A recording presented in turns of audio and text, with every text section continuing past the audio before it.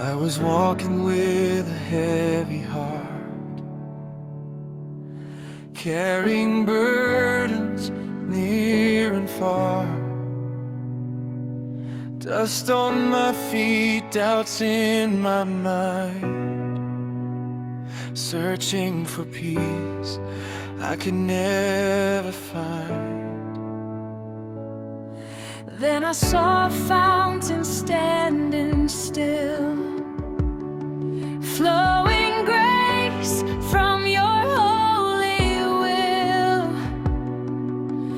from the word that never runs dry. You whispered softly, come and try.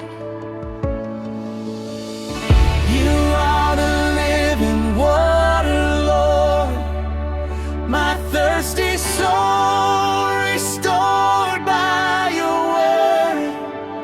When I am weak, you make me strong. In your mercy